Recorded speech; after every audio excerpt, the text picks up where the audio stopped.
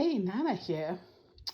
I am missing telling you stories so much that I thought I would read some and send them to you, and then you can listen to them if you want.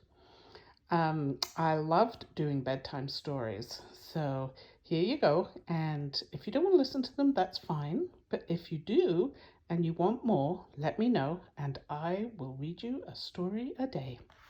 So this is Tales from Moomin Valley. There's quite a few different stories, but today I think I'm going to try out The Last Dragon in the World. So here we go. One Thursday, one of the last of the dog days, Moomin Troll caught a small dragon in the brown pond to the right of Moomin Papa's hammock tree. Of course, he hadn't dreamed of catching a dragon. He had hunted for a few of those small wobbly things that were rowing about in the bottom of the mud, because he wanted to know how they moved their legs when swimming and whether they always swam backwards. But when he lifted his glass jar against the light, there was something altogether different in it. "By my everlasting tail!" Moomin Troll whispered overawed. He held the jar between both paws and could only stare. The dragon was no bigger than a matchbox, and it swam around with graceful strokes of its transparent wings that were as beautiful as the fins of a goldfish.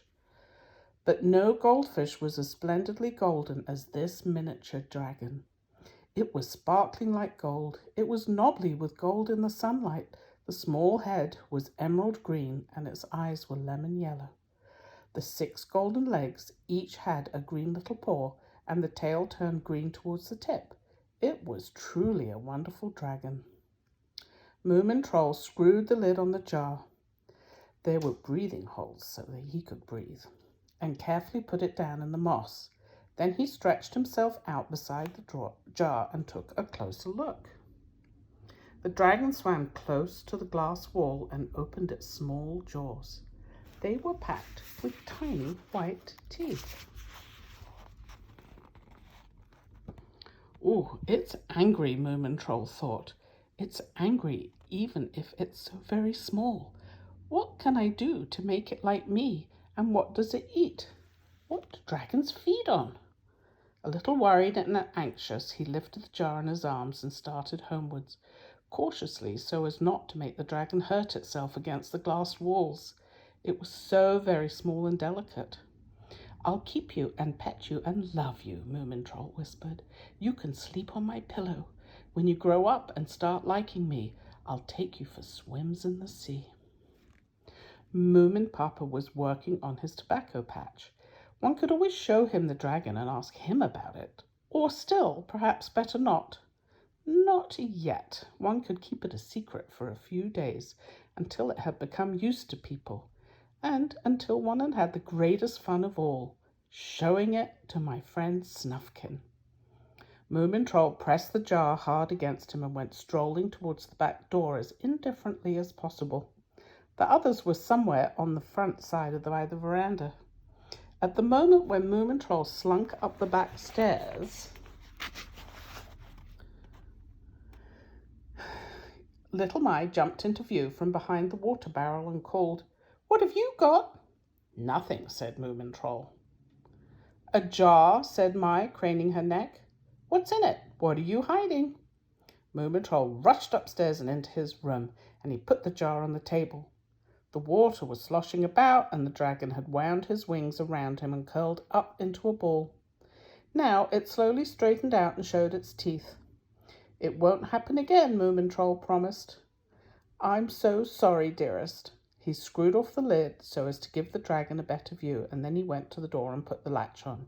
You never knew with Mai when she might come in. When he returned to the dragon, it had crawled out of the water and was sitting on the edge of the jar. Moomin Troll cautiously struck out a paw to fondle it. At this, the dragon opened its jaws again and blew out a small cloud of smoke. A red tongue darted out like a flame and vanished again. "Ooh," said Moomin Troll, because he had burned himself a little. Not much, but a little. He admired the dragon more than ever. "You're angry, aren't you?" he asked in a low voice. "You're terribly wild and cruel and wicked, are you? Oh, you sweet little goody-goody-goo." The dragon snorted. Moomintroll crawled under his bed and pulled out his night box. In it were a couple of small pancakes, now a little dried, half a piece of bread and butter, and an apple. He cut small pieces from them all and laid the morsels on the table in a circle around the dragon. It sniffed at them, gave him a contemptuous look, and suddenly ran surprisingly nimbly to the window where it tacked a large August fly. The fly stopped humming and started to screech. The dragon already had its small green forepaws around its neck and blew a little smoke in its eyes. And then the small white teeth were snippety-snap, the jaws came open, and the August fly disappeared. The dragon swallowed twice, licked its snout, scratched its ear, and gave Moomintroll a scoffing, one-eyed glance. "Ooh, how clever you are!" cried Moomintroll, "my little teeny-weeny boo!" Just then Moomin Mamma beat the lunch gong downstairs. "Now, wait for me and be good," Moomintroll said. "I'll be back soon." He stood for a moment looking longingly at the dragon that didn't disappear to be cuddly in the least. Then he whispered, "Little dearie," and ran downstairs and out on the veranda. Even before her spoon had touched her porridge, Mai started off. "Certain people seem to be hiding secrets in mysterious glass jars," she said. "Shut up," said Moomintroll. "One is led to believe," Mai continued, "that certain people are keeping leeches or woodlice, or why not very large centipedes that multiply 100 times a minute."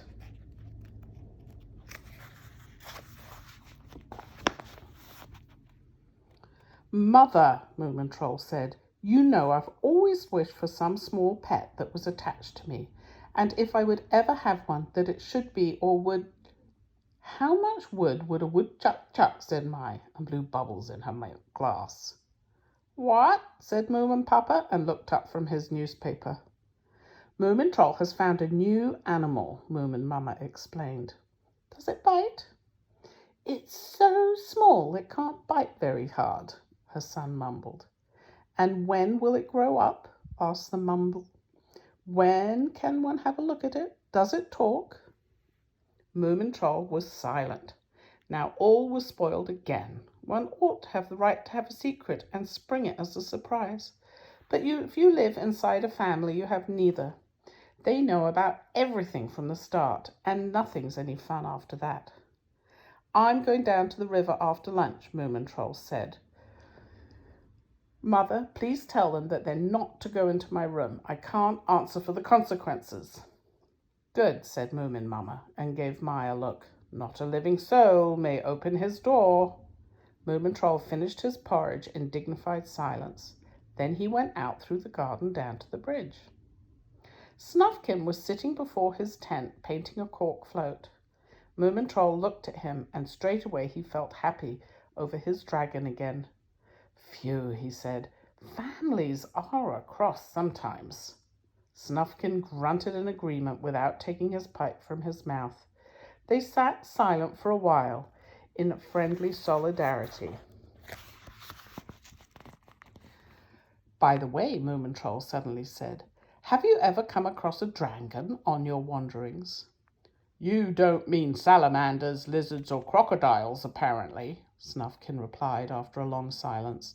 "You mean a dragon? No, never. They're extinct." "But there might be one left," Moomintroll said slowly, "and someone might even catch it in a glass jar some day." Snufkin gave him a sharp look and saw that Moomintroll was about to burst from delight and suspense, so he replied, "I don't believe it." "Possibly it would be no bigger than a matchbox, even if it could spit fire," Moomintroll continued with a yawn. "Well, that's pure fantasy, of course," said Snufkin, who knew how surprises are prepared. His friend stared past him and said, "A dragon of pure gold with tiny green paws who'd be devoted to one and follow one everywhere." And then Moomintroll jumped to his feet and cried, "I found it! I found a real dragon of my own!" While they walked up to the house, Snufkin went through the whole scale of disbelief, astonishment, and wonder. He was perfect. They went upstairs, opened the door with great caution, and went in. The jar of water stood on the table as before, but the dragon had disappeared from it. Moomin Troll looked under the bed and behind the chest of drawers and all over the floor, calling all the time, "Little friend, my pretty, my teeny weeny, where are you?" "Moomin," Snufkin said, "it's sitting on the window curtain." And so it was, high on the rod near the ceiling. "How on earth?" cried Moomin Troll in great alarm. "He mustn't fall down. Keep quite still. Wait a bit, don't talk." He pulled the bedclothes from the bed and spread them on the floor below the window. Then he took the Hoomalin's old butterfly net and reached up towards the dragon. "Jump," he whispered. "Teeny weeny, don't be afraid, it can't hurt you." "You'll frighten it away," said Snufkin. The dragon yawned and hissed. It gave the butterfly net a good bite and started to purr like a small engine. And suddenly it flapped out under the ceiling and began flying around in circles. He's flying, Moomin Troll said. "My dragon is flying." "Of course," said Snufkin. "Don't jump about so, keep still." The dragon was hanging quite still in the air. Its wings were a blur like a moth's, and then suddenly it dived down, but Moomin Troll in the ear, so he gave a cry, and then it flew straight to Snufkin and settled on his shoulder. It edged closer against his ear, closed its eyes, and started to purr. "What a funny creature," Snufkin said in astonishment. "It's all hot and glowing. What does it do?" "It's liking you," said Moomin Troll. In the afternoon, the Snork Maiden came home from visiting Little Mai's grandma, and of course was told at once that Moomin Troll had found a dragon. It was sitting on the veranda table beside Snufkin's cup of coffee, lipping its paws. It had bitten everyone except Snufkin, and every time it became cross at anything, it burned a hole somewhere. "What a sweetie pie," said the Snork Maiden. "What's its name?" "Nothing special," Moomin Troll mumbled. "It's just a dragon." He let his paw warily crawl across the table until it touched one of the little gilded legs of the dragon. At once the dragon whirled around and hissed at him and blew a small cloud of smoke. "How sweet!" the Snork Maiden cried. The dragon ran over to Snufkin's pipe that was lying on the table and sniffed at the bowl, where it had sat with a round brown-edged hole in the tablecloth. "I wonder if it can burn through the oilcloth too," Moomin Mother said. "Naturally," said Little Mai. "Just wait until it's grown a bit. It'll burn down the house for us." She grabbed a piece of cake, and the dragon rushed at her like a small golden fairy and bit her in the paw. "You!" cried Mai, and slapped at the dragon with her napkin. "If you say things like that, you'll never go up to heaven," said Mumble, starting instantly, but Moomin Troll cut her short with a cry. "It wasn't the dragon's fault. He thought you wanted the fly that was sitting on the cake." "You and your dragon," cried Mai, whose paw was really hurting badly.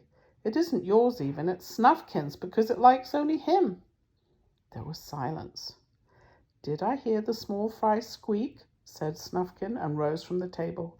"A few hours more and it'll know where it belongs. Well, be off, fly to master." But the dragon had settled on Snufkin's shoulder again and clung to it with all 6 clawed paws, purring all the while like a sewing machine. Snufkin picked it up between thumb and forefinger and put it under the tea cosy.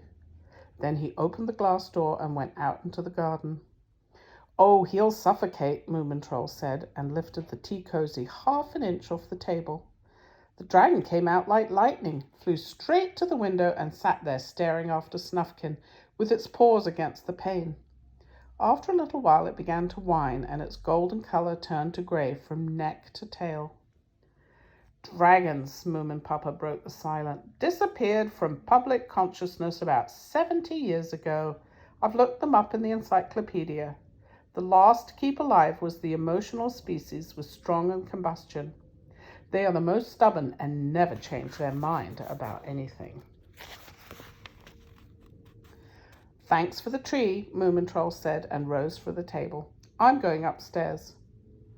"Darling, shall we leave your dragon here on the veranda?" Moomin Mama asked, "or are you taking it along with you?" Moomintroll didn't reply. He went to the door and opened it. There was a flash as the dragon swished past him, and the Snork Maiden cried, "Oh, you won't catch it again? Why did you? I hadn't even looked at it properly yet." "Go and look for Snufkin," Moomintroll said between clenched teeth. "It will be sitting on his shoulder." "My darling," Moomin Mamma said sadly. "My little troll." Snufkin had barely got his fishing line baited when the dragon came buzzing and settled on his knee. It nearly tied itself into knots from delight at having found him. "Well, this is a pretty kettle," Snufkin said, and whisked the creature away. "Shoo! Be off with you! Go home!" But of course he knew it was no use. The dragon would never leave him, and for all he knew, it could live 100 years. Snufkin looked a little sadly at the small shining creature that was doing all it could to attract his attention. "Yes, you're nice," he said. "Yes, it would be fun to have you along. But don't you see? There's Moomintroll." The dragon yawned. It flew to his ragged hat brim and curled up to sleep on it. Snufkin sighed and cast his line into the river.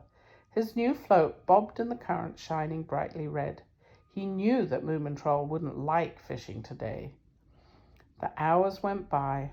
The little dragon flew off and caught some flies and returned to sleep on the hat. Snufkin got 5 roaches and 1 eel that he let off again because it made such a fuss. Towards evening, a boat came down the river. "Any luck?" he asked. So, Snufkin replied. "Going far?" "Oh, well, yes," said Houmelin. "Throw me your painter," Snufkin said. "You might have use for a few fish. Swaddle them in damp newspapers and roast them on the embers. It's not too bad." "And what do you want?" asked the Hemulin, who wasn't used to presents. Snufkin laughed and took off his hat with the sleeping dragon. "Now listen," he said. "Take this with you as far as you're going and leave it in some nice place where there are lots of flies. Fold up the hat to look like a nest and put it under a bush or something to make this dragon feel undisturbed." "A dragon, is it?" the Hemulin asked suspiciously. "Does he bite? How often does one have to feed him?" Snufkin went into his tent and returned with his old tea kettle. He shoved a tuft of grass down into it and cautiously let the sleeping dragon down after it. Then he placed the lid firmly on it and said, "You can poke some flies down the nozzle now and then and pour in a few drops of water sometimes also. Don't mind if the kettle becomes hot. Here you are. After a couple of days you can leave it." "That's quite a job for 5 roaches," the Hemulin replied sourly and hauled home his painter. The boat started to glide with the current. "Don't forget the hat," Snufkin called over the water. "It's very particular about my hat." No, said the Hemulin and disappeared round the bend. "He'll burn your fingers sometime," Snufkin thought might serve him right. Moomintroll came after sundown. "Hello," Snufkin said. "Yippee!" Moomintroll said tonelessly. "Caught any fish?" So, Snufkin replied. "Won't you sit down?" "Oh, I just happened to pass by," Moomintroll mumbled. There was a pause, a new kind of silence, troubled and awkward. Finally, Moomintroll asked, "Does he shine in the dark?" "Who?" "Oh, the dragon. I just thought it might be fun to ask if a creep like that shines in the dark." "I really don't know," Snufkin said. "You'd better go home and take a look." "But I've let him out," Moomintroll cried. "Didn't he come to see you?" "Nope," Snufkin said, lighting his pipe. "Dragons, they do as they like. They're pretty flighty, you know, and if they see a fat fly somewhere, they forget everything else. That's dragons. They're really nothing much." Moomintroll was silent for quite a while, and then he sat down in the grass and said, "Perhaps you're right. Perhaps it was just as well that it went away." "Well, yes, I rather think so, Snufkin. That new float of yours, I suppose it looked good in the water, the red one."